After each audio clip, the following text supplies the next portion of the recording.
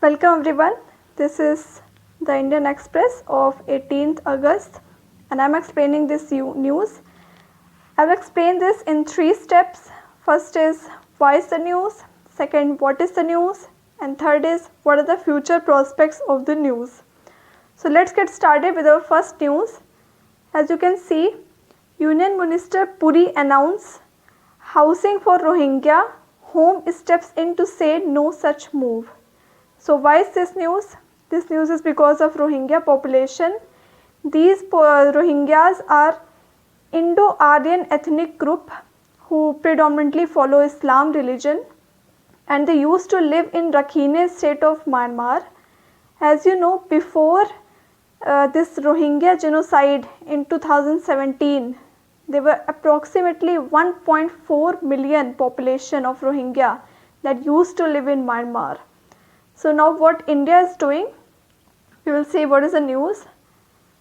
Hardeep Puri flagged it as Delhi's welcome to refugee after snub, calls them illegal foreigners, says Home Correct. So we will see.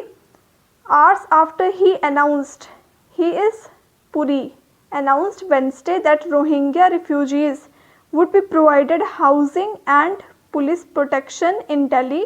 Hardeep Singh Puri, Union Minister for Housing and Urban Affairs, was left red-faced. Why? Because the Home Minister's office denied any such move and said illegal foreigners will be kept in detention center until their deportation. So there is a clash between both urban housing and urban affairs minister and home minister. So Puri backed down and said that home ministry's press release with respect to issue of Rohingya illegal foreigners gives out the correct position. So he backed down and he said that home minister is saying correct thing. So as you know, in Wednesday, Puri has announced that Rohingya refugees will be shifted to EWS flat in Bakarwala area of West Delhi, and he posted this in Twitter.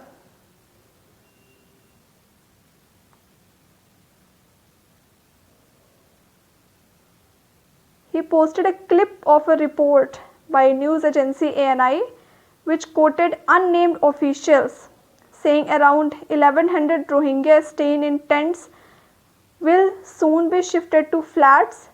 Puri even took a swipe at critiques of the government.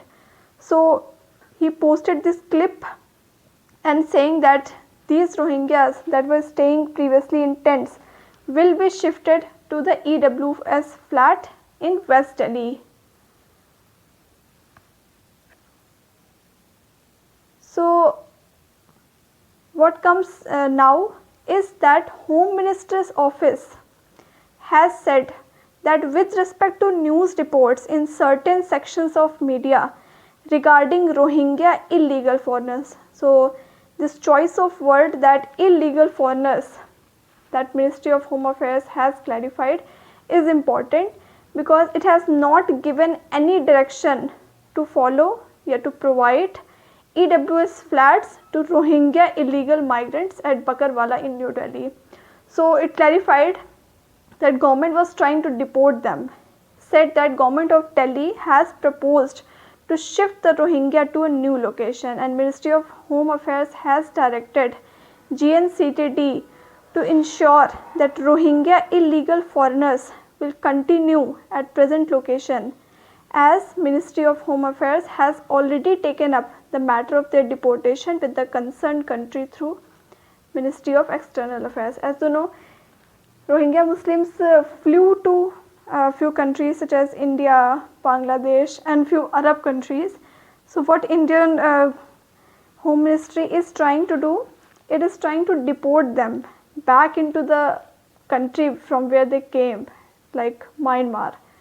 So it has proposed such idea, and till then when they are not deported, illegal foreigners are to be kept in detention center till their deportation as per the law.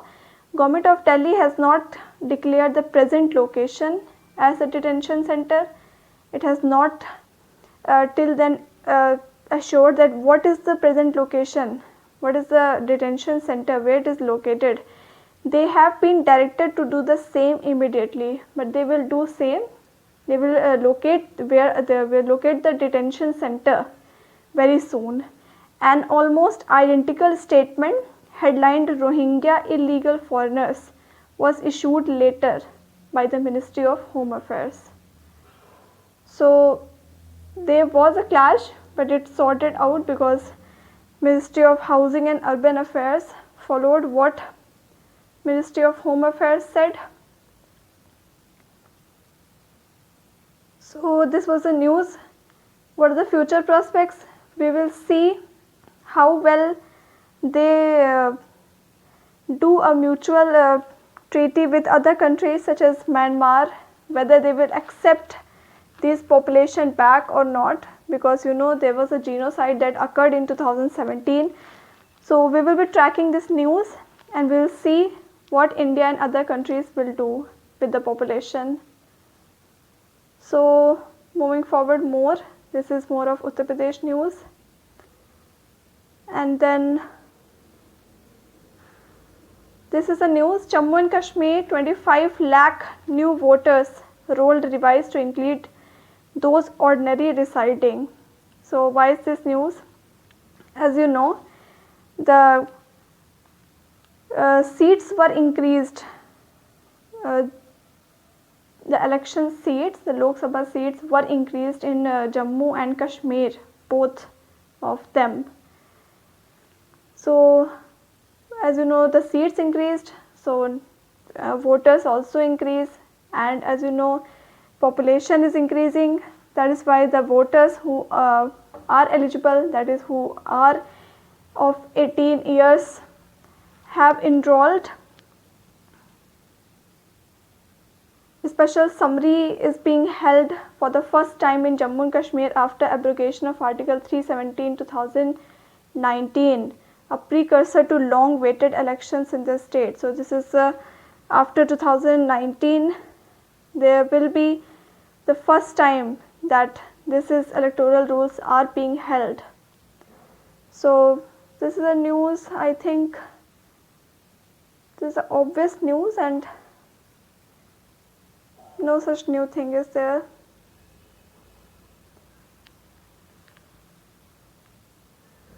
This is a news that we have been tracking since like a week.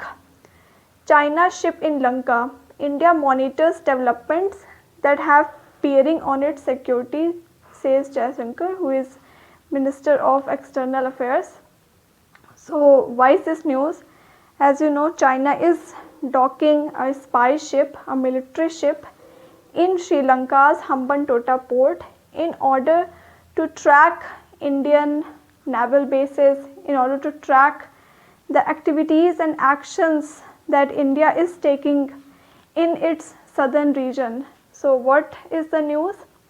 Jaishankar has replied that a day after Chinese ballistic missile and satellite tracking ship Yuang Wong 5, this is the name of the ship, and China calls it missile and satellite tracking ship. It arrived at Hambantota port in Sri Lanka, and External Affairs Minister S. Jaishankar said that India monitors any development in its neighborhood which has a bearing on its security. This is very obvious that India is being threatened by this action that China had taken place in Sri Lanka, because major ports and atomic centers as well as nuclear bases are located in our southern port. Jaishankar, who is in Bangkok, he is currently in Bangkok to attend the 9th India-Thailand Joint Commission. He made the remark asked about docking of the ship at the Hambantota port. He said that what happens in our neighborhood, any development which has a bearing on our security issues is of interest to us.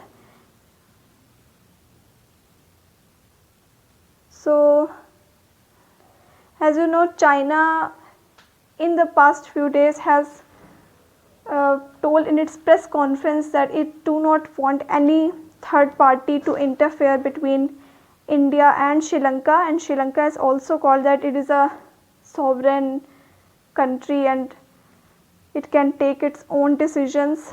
So on Tuesday, China has said the activities of its vessel will not affect the security of any country. So this is a double standard statement. As you know, this is not a common gunship or a carrier ship, it's a tracking ship. So if a tracking ship will not harm the security, what kind of ship will harm the security? And it's he said that should not be obstructed by any third party, a reference to India and its security concerns. So I've told you I do not want any third party to interfere between India and Sri Lanka. So what are the future prospects? As you know, the ship is being docked. India will have to tighten its security more, and what India can do is to just be alert, vigilant and track the activities that this ship do in the Hambantota port. So being alert and being vigilant as well as being concerned about our security with more enthusiasm will help India. So moving forward, this is the word page, and we'll see the first news is Ukraine warns of missile buildup around Belarus. So as you know, Russia, Ukraine and Belarus, these three are the neighbor countries. They share their boundaries. And why is this news? This news is because, as you know, currently the war between Ukraine and Russia is going on. Russia is trying to invade Ukraine and has also accused the US yesterday of maintaining its hegemony and said that very soon this unipolar world will disappear. So Russia's actions are being tracked by the world, and we see what happens next. But we'll see what happened yesterday. Site of explosion at ammunition storage of Russian army near the village of Myskoye, Crimea. So this is a photograph.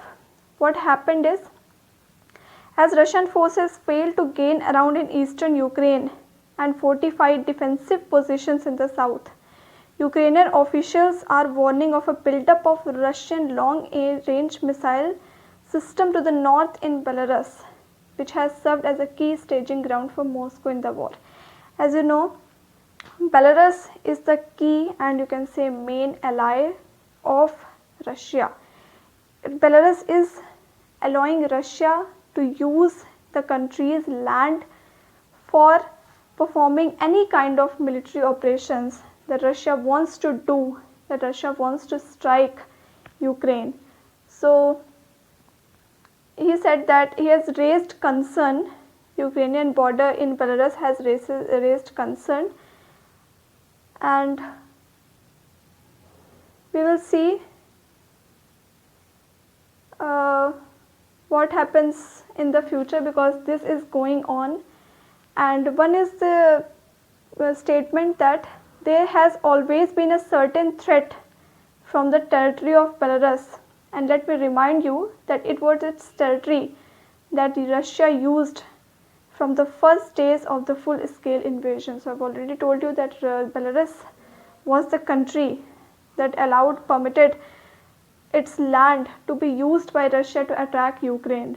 So we will see how far this war go in the future, and Russia's actions are clear. It is being more clear by its statement that it has made in the past few days. So it wants to create a multipolar order, and its expansionist policy that wants to expand its land base is harmful for India, and also it is threatening for nuclear war. So we will be tracking all of this. Our next news is Israel, Turkey to restore full diplomatic ties. So, why is this news? Because Israel and Turkey, these were not having a good diplomatic relations, and they have also expelled the ambassadors of each other in past like 2018, when Palestinians were killed by Israeli forces when the protest occurred on the Gaza border against the opening of US embassy in Jerusalem. So now what is it doing? It is trying to restore full diplomatic ties. So after years of testy on again off again relations, Israel and Turkey has announced that they were restoring full diplomatic ties and would be exchanging ambassador against after not doing so for 4 years. So this is a news that in the last 4 years they have not exchanged ambassadors of each other in their country. So in the recent signs of thaw, Israel's President Isaac Herzog was received in March with a pomp and ceremony by President Recep Tayyip Erdogan of Turkey during a state visit that were described by both sides. So this was a visit that both sides described that it was an effort to reset the broken relations between the one-time regional allies. So Israel and Turkey were once regional allies, but because of this killing of Palestinians by Israeli forces during the protest on the Gaza border, when the US opened its embassy in Jerusalem, so because of this they become rival, and this visit that occurred between both the Turkey and Israel was the highest level meeting of an Israeli leader in Turkey in 14 years. So they said that resumptions of relation with Turkey, what this means is this is important asset for regional stability and very important economic news for citizens of Israel. So both are continuing to strengthen their relations, and both are trying to be the important in the development of bilateral relations. Both want to contribute, both the countries want to contribute and continue to make their relations strong. So what are the future prospects? As you know, if such countries make good diplomatic ties, there will be more peace in the world. And if the fight ends, because already there are so many clashes going on in the world, such as China, Taiwan, Russia, Ukraine, and more of that. So if such good news occur in our world, there will be more peace. So moving forward, this is more of a Myanmar Rohingya news.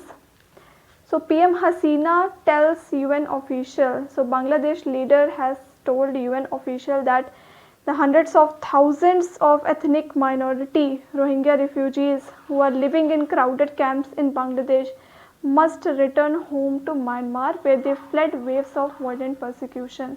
So both India and Bangladesh are trying to deport the Rohingya refugees from where they came, from the Rakhine state of Myanmar.